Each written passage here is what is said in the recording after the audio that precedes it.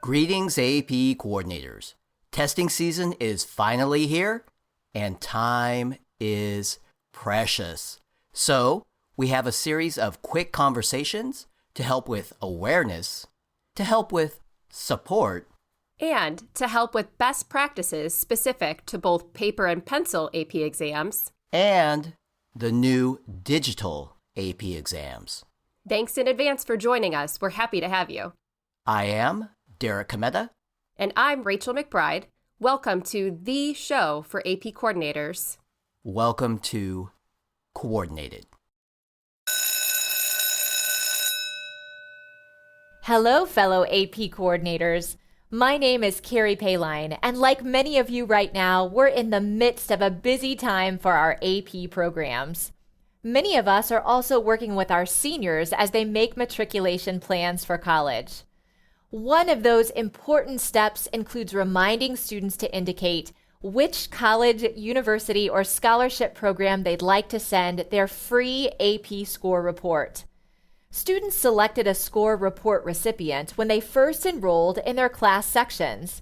However, if their plans have changed, or if they're now certain of their college choice, they can easily change or select a new recipient in their My AP account.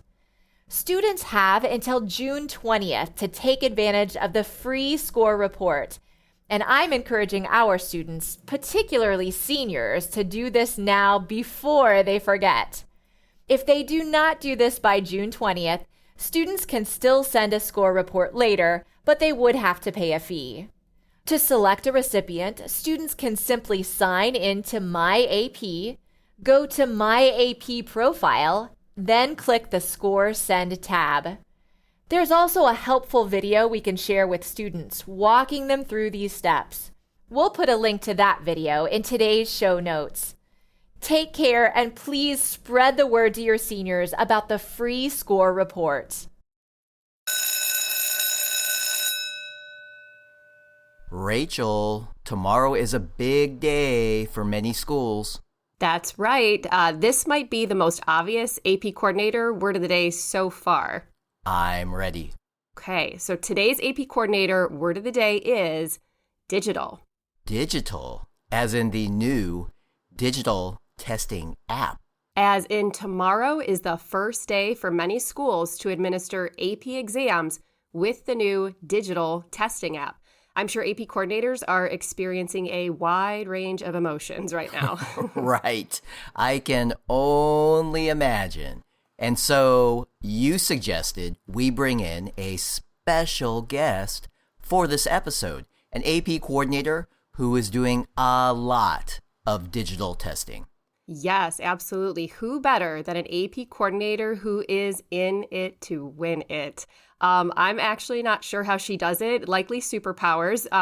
We reached out to Katie Warehime, counselor, basketball coach, and AP coordinator at Oakton High School in Virginia. Hi, Katie. Hey, so yeah, not so sure about those superpowers, but I definitely will try. But as a coach, I can guarantee I am in it to win it. Thanks for having me. Awesome. So, Katie, as a fellow counselor and AP coordinator myself, we do have a bit in common. But dare I say, there is a big difference in our AP programs. Katie, you help to administer one of the largest AP programs in the world. And I think what you're about to say is going to blow our minds. Yes, we definitely do have a very large program. Here at Oakton, we have right around 2,700 students. We offer 32 AP courses. This year, we have over 1,500 AP students, and here's the big number, we're giving over 3,800 exams. Oh my gosh, yes. So even with superpowers, I don't know how you do it. So Katie, if you'll indulge us, about how many of your AP exams are scheduled to be digital this year? Another big number, Rachel. We're giving almost 3,000 digital exams. Wow, that is a lot. Sorry to jump in, Rachel, but I'm shocked. That is so many exams.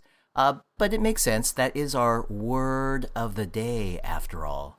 And hey, Katie, most of those exams, if I remember correctly, are scheduled to be digital exams taken at home.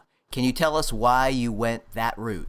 Yeah, Derek, you're absolutely right. Most of our exams are scheduled to be taken at home for a few reasons.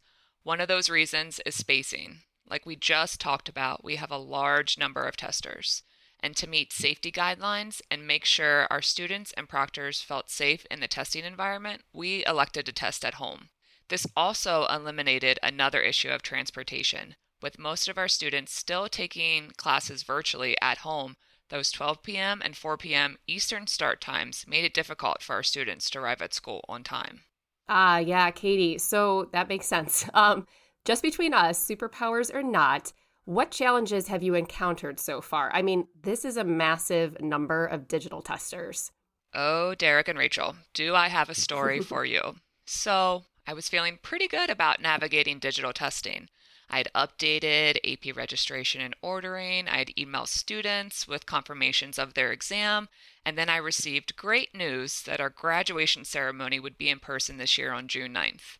At first, I was so excited for our seniors, but then I had this feeling of, why does that date sound familiar? And then I realized it was the date of the AP Calculus AB and BC exams, as well as Physics 1 and Physics CM exams. A lot of our students who are taking these exams are seniors and juniors, so I had to reach back out to all of those students who signed up for digital exams. Majority of them switched back to the paper and pencil exams. And as a result of that, I had to find more testing locations and proctors. Let me tell you, those days were very stressful. Oh my gosh, Katie, that is a crazy story. But I know you are well prepared. What are some best practices to share? Any last minute tips? Yeah, please share. I could use them. Of course. So I'll be honest with you. I have relied so heavily on the readiness dashboard and AP registration and ordering. With so many testers, it made it so much easier to track a student's progress with downloading and logging into the testing app. I'm also tracking the exam setup once students are within 3 days of their digital exam date. I'm sure teachers and students are getting sick of getting emails from me, but I keep sending out those reminders that it's time to complete their exam setup. Hey, Katie, can we dig into that just a little bit more? What am I trying to say here? What are you doing if they are not, if your students are not on track when you are tracking them? That is very bad English. That's very bad English in front of a former English teacher. Terrible. Well, most of our students have been really great, but of course, there are a few that required a little extra nudging. But I am super fortunate to have awesome AP teachers at our school. Talk about superpowers. The teachers have been great, sharing information and resources with our students to ensure that they are prepared for those exams. They're also very quick to help with that little extra nudging that a few of those students may need. That is very helpful. Any other tips to share? Yes, I'm definitely reminding my students about the break timer so that they know when that 20-minute break is up, the exam automatically restarts. I don't want any of them to lose any testing time because they forgot to come back from the break. That's a really good one, Katie. I can imagine if they're not careful, it'd be pretty easy to get distracted during that break. So. Oh, yeah, for sure. And Katie, I'm sure you're doing this as well, but I'm also telling my students and parents, definitely the parents, please be deliberate about how to choose and prepare their testing environments at home. Eliminating or reducing the chances of disruptions during exam is key. Oh, yeah. Just like you, Rachel, I've done this over and over. Students should test by themselves in a quiet room. And like you said, they should remove distractions. Plus, it's a good idea to make sure everyone in the home knows exactly when they are testing so they won't be disturbed. Even the pets, right? I mean, I know my cat always seemed to want to curl up on my keyboard the minute I would start working, so. Yes, even the pets. Good call on that one. Lastly, students, and I know this seems like a crazy reminder, I'm reminding my students to make sure their testing device is fully charged and or plugged in. And if they have limited bandwidth, encouraging them to ask others on their network to limit their use of the internet during the exam. Easier said than done sometimes, I'm sure, but worth the trouble. Yeah. Oh yeah, definitely. I know what a battle the Wi-Fi at home can be, so best to be prepared.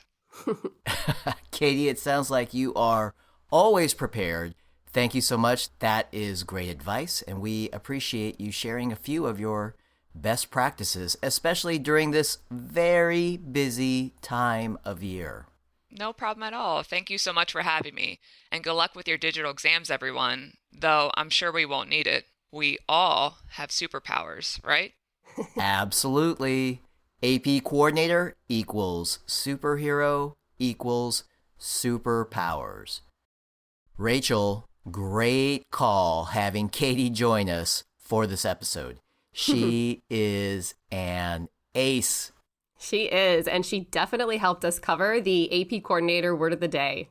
That's right. I almost forgot. The word was... It was digital. Digital exams are here, and we are ready.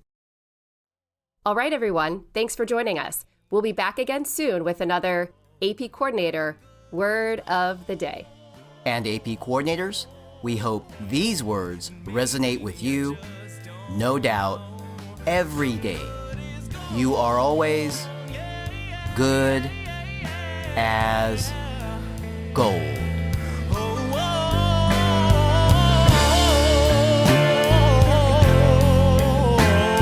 And maybe I just don't know. I'll say it over and over and over again till I believe it's so.